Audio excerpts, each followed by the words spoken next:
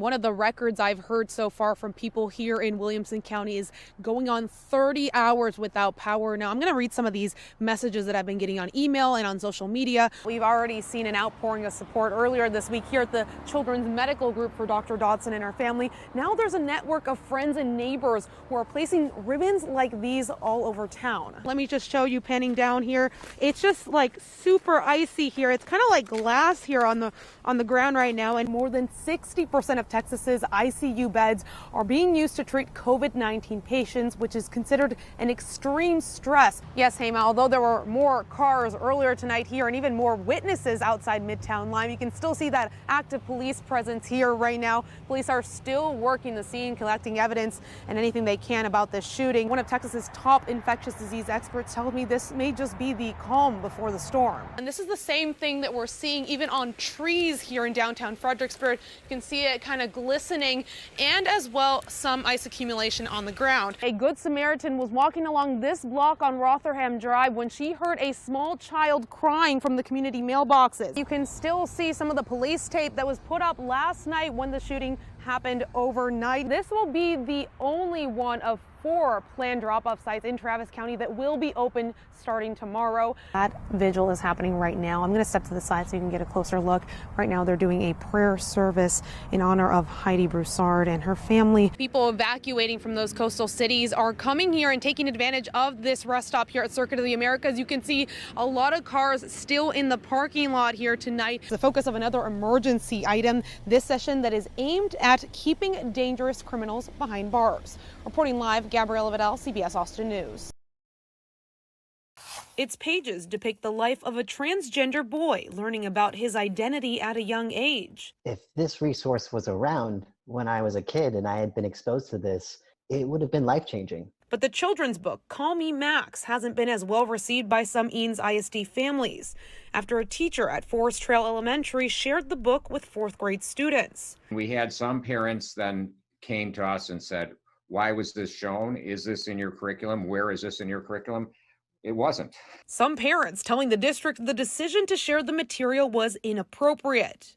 It is absolutely age appropriate for children at that age to be having those discussions. It was alarming to hear the way the other adults in the community were reacting. Eanes ISD parents like Yvonne Adams have since taken a stand in support of the book and LGBTQ families who may be feeling marginalized because of the negative reaction from parents and the district's response, which stated in part that the material was not, quote, appropriately reviewed by the district. The teacher introduced it, and it wasn't under a locally adopted curriculum. We hadn't gotten there yet. Superintendent Tom Leonard says the district has been working with a diversity, equity, and inclusion consultant over the last 8 months to cultivate a more inclusive community at Eanes ISD.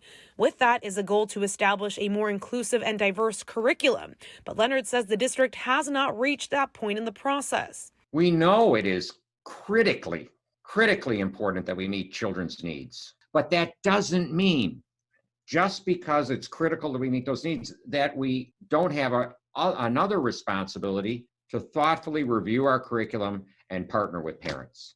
They're not mutually exclusive. I think the argument that the school district has made and that some parents are making is a dodge. Joe Ivester says the controversy hits close to home, as her son Jeremy discovered he was transgender while he was a student at Eanes ISD. I think it's absolutely appropriate that kids are allowed to see, and it's not something taboo. And I think 5-year-old me could have heard that story and said, that's me. Jeremy hopes the district sees that children discovering their own identity today need stories like Call Me Max. A community group of parents called Eanes for Equity has since created a petition calling for all children to feel safe and supported by the district. So while this isn't part of the curriculum, it's part of what we as a district, Eanes as a district, says that they teach, which is social emotional learning and how you treat one another and how we accept one another and how every child is accepted and seen. Gabriela Vidal, CBS Austin News.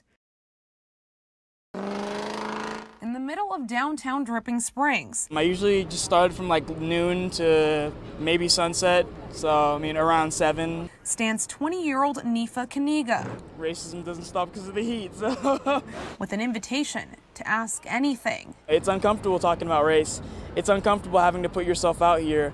But I mean, that's why I put on the sign, make yourself uncomfortable. As national Black Lives Matter protests sparked by the death of George Floyd continue to happen in major cities, KEYE wanted to do something different to help more people understand why. Have something local, because this is a very white conservative town. For KEYE, many people have asked me that, what's up with the All Lives Matter versus Black Lives Matter. no question is too uncomfortable. Nobody said, only Black Lives Matter or Black Lives Matter more than white lives. We're saying, when Black lives are taken unjustly and nothing's being done about it, it sends the sentiment that Black lives don't matter. And he knows not everyone will hear what he has to say. Everybody has their opinion for a reason.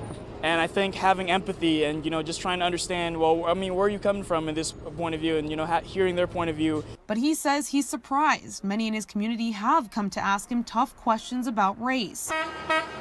Some joining him to keep the movement going. It's 2020. We're supposed to have an open mind about things, we're raising a new generation. I want my kids to want to love like everybody. I don't see any reason not to. KEYE believes if more people are willing to listen to different ideas and vote, this national spark for change will have a lasting impact. We have to be uncomfortable if we want change. In Dripping Springs, Gabriela Vidal, CBS Austin News. It's at this community mailbox on Rotherham Drive where Austin police say a Good Samaritan found a female baby lying on the ground. Now, Austin police are still trying to search for the identity of the mother and are hoping that anyone with information will come forward. I have no clue who it is or why they did what they did, but I'm going to do my best to try to find out who it was. People living along Rotherham Drive are seeking answers after Austin police found a baby abandoned near a community mailbox. Literally gives me goosebumps when you say that. Police say it was around 7:35 Tuesday morning when a Good Samaritan initially discovered the baby crying by the mailbox.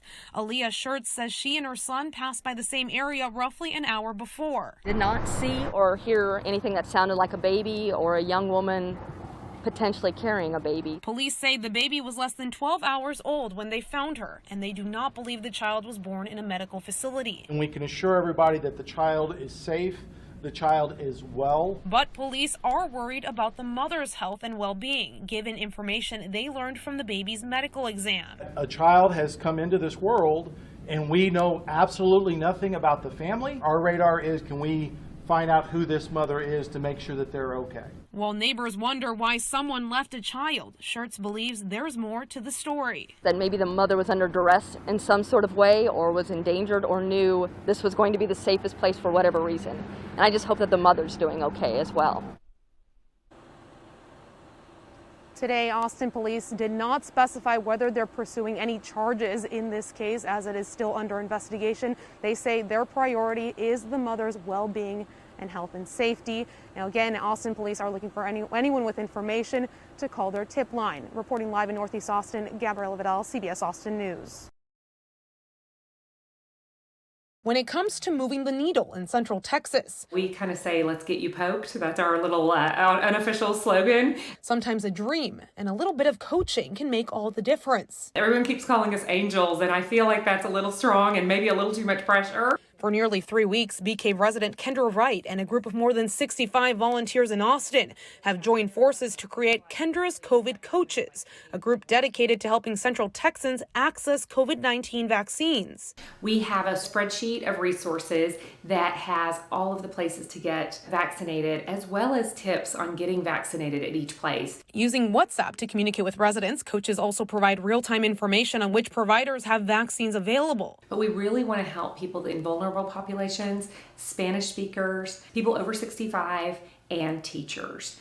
Enter Daniel Aramillo, who stumbled across information about Kendra's COVID Coaches. That kind of trigger for me to reach out to Kendra and offer if she wanted to translate some of the information to Spanish because I'm a native speaker. Now the group has vaccine resources translated in both English and Spanish, something Aramillo believes will help bridge a gap in vaccine access. This is going to make it a little easier for them. So that was just the motivation. And with vaccine providers now prioritizing access to teachers, that changed everything for us. Volunteers like Amanda Boardman are working on getting educators coached and collaborating with vaccine providers to improve access. being able to give back to our teachers just a small piece of what they've given to our families and to our kids. A collaboration of people and missions that are not just moving access to a needle, but also lifting spirits in the process. It's very hard to explain the gratitude people have. In Bee Cave, Gabriela Vidal, CBS Austin News.